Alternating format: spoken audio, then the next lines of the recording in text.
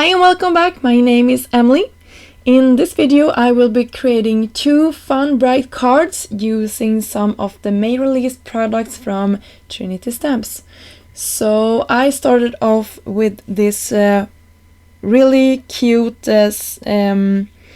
stitched pocket. It's like a back pocket, and I had, you can see here, all of the colors of cardstock that I had chosen for my stripes here. I'm cutting a lot of them down. You can see I'm using my trimmer there. I have my pile of strips there. I have some liquid glue from Trinity and some copy paper, and I will just start attaching all of my pieces down to this thinner cardstock. And when I am done with this, I will cut my pocket into this striped pattern. So this was super easy to create.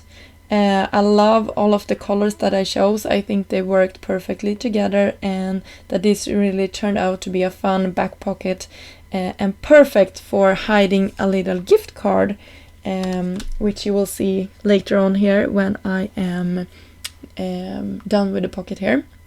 So I cut it out so you can see all of the stitching details. Then I folded it, and I actually will get a little bit smarter here because I will take help from my ruler just to bend it over it. Even though it's creased, I had a lot of dimension with the stripes there, so it helped fold everything nicely. And then I also cut out the A7 diamond eyelet background. It's one of my favorites from Trinity. I cut it slightly smaller, and then I will attach it to just a yellow piece of paper underneath, so you see that color is shining through.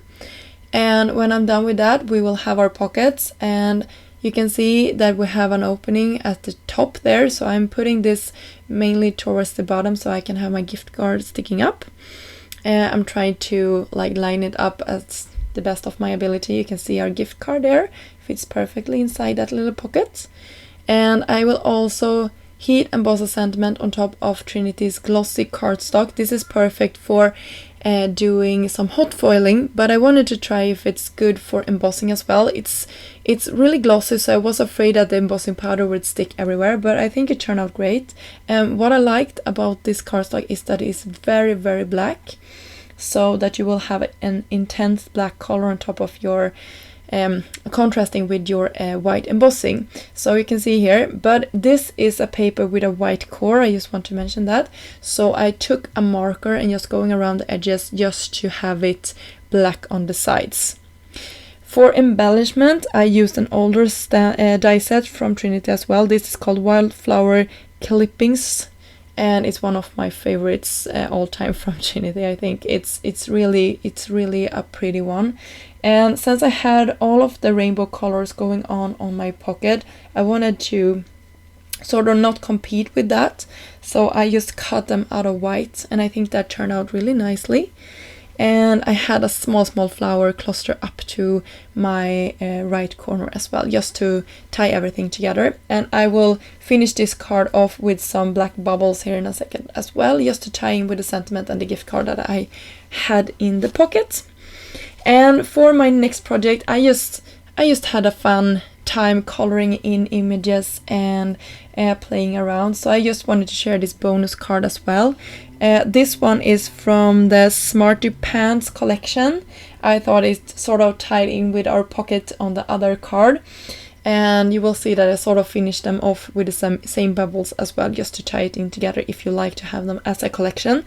Well, I picked out a couple of Copic markers in the order of the rainbow, and you can see how fast I colored this in. It's sped up, of course, but it didn't take me a lot of time to color this in. It's really nice images, and I love that you can stamp them all at once. I also wanted to mention that there is coordinating dies if you want to cut these out, but I created a 1-layer card for this one, so for me it wasn't necessary to use the dies, but you could if you like. Thanks for being a great Jens. And that I will put on top. And I used some liquid glue, just attached my gold sentiment that I stacked up a couple of times with white cardstock just to give it some dimension. It has a shadow if you like to use it, but for this card I thought it would be looking nice without it. So here you can see the black bubbles that I used to tie my cards together. And here it is, all finished. I hope you enjoyed watching this video and getting inspired to create some different cards. I had a blast creating, especially this first one. I think it was really playful. The other one sort of just came to me when I created the first one. So I hope you enjoyed this video, and until next time, I hope you have a great day. Bye!